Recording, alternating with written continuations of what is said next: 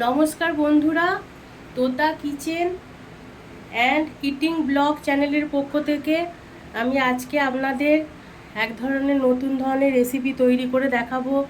আশা করি আপনারা সকলে ভালো আছেন। তো রেসিপিটির নাম হলো গোটা গোটা লটিয়া মাছের রসা ঝাল।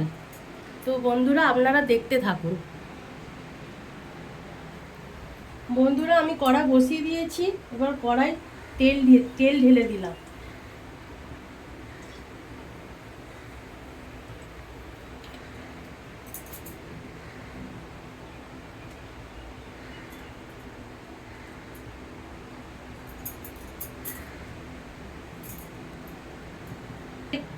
তেলটা আমার গরম হয়ে গেছে, তো আমি গোটা গরম মশলা আর তেজপাতা তেলের মধ্যে দিয়ে দিলাম।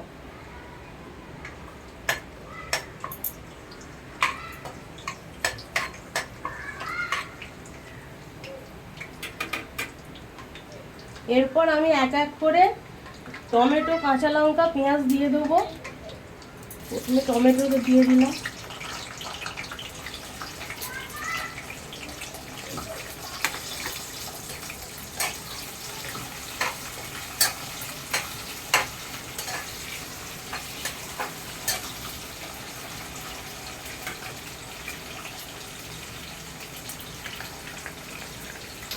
এরপর পেঁয়াজটা দিয়ে দিলাম।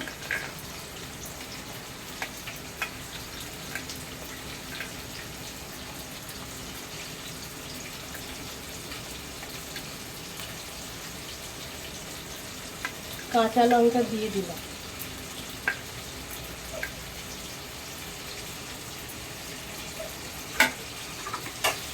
একটু ভাজা হয়ে যাক।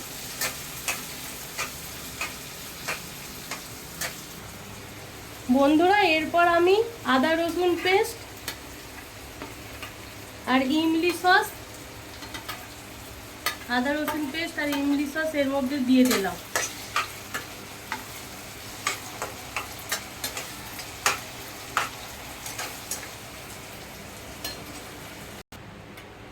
বন্ধুরা আমার পেঁয়াজ, কাঁচা লঙ্কা, টমেটো ভাজা হয়ে গেছে,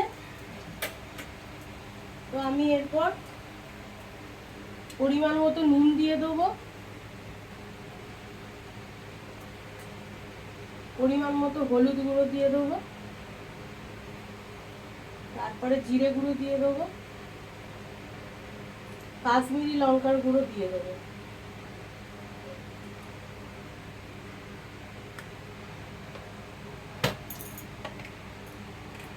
আর একটু গোলমরিচ গুঁড়ো দিয়ে দেবো।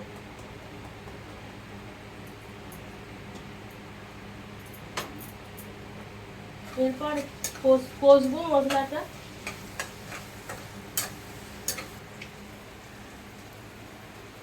তো বন্ধুরা মশলাটা আমার কষা হচ্ছে, তাই এর মধ্যে আমি একটু লেবুর রস দিয়ে দেবো।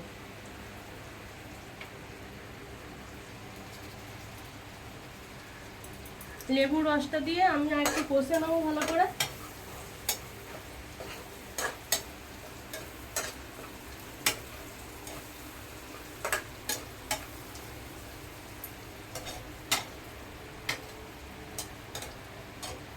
কষা হয়ে গেছে, তো পরিমাণ মতো অল্প করে আমি এতে জল ঢেলে দিলাম।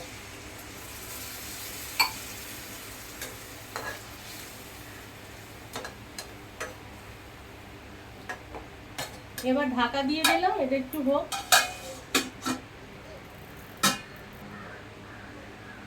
বন্ধুরা দেখি, বন্ধুরা রসাটা ফুটে হয়ে গেছে, তৈরি হয়ে গেছে রসাটা। আমি এবার গোটা গোটা লটিয়া মাছগুলো এর মধ্যে দিয়ে দেবো।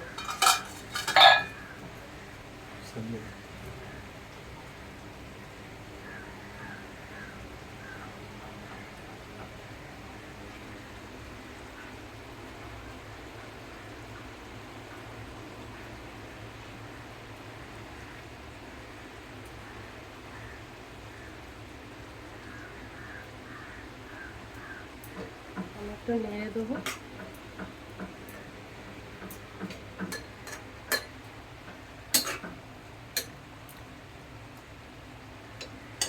এবার এটা একটু হোক, আমি এটা চাপা দিয়ে দেবো।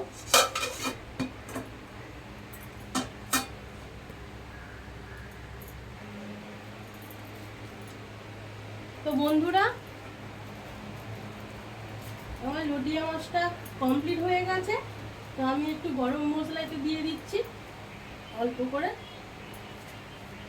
দিয়ে চাপা দিয়ে দেবো, দিয়ে বন্ধ করে দিলাম। আমার এই লটিয়া মাছটা কমপ্লিট হয়ে গেল। গোটা গোটা লটিয়া মাছের রসা ঝাল আমার কমপ্লিট হয়ে গেল। তা আমি এবার একটা পাত্রে এটা ঢেলে নেবো।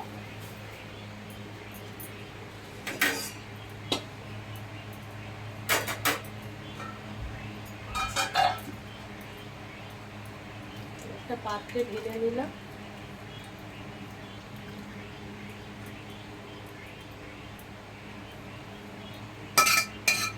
আপনারা এইভাবে গোটা গোটা লটিয়া মাছের রসা ঝাল বাড়িতে তৈরি করে বানিয়ে দেখবেন কেমন লাগে। যদি আমার রেসিপিটি আপনাদের ভালো লেগে থাকে তাহলে তোতা কিচেন অ্যান্ড ইটিং ব্লগ এই চ্যানেলটি আপনারা লাইক, শেয়ার এবং সাবস্ক্রাইব করে দেবেন।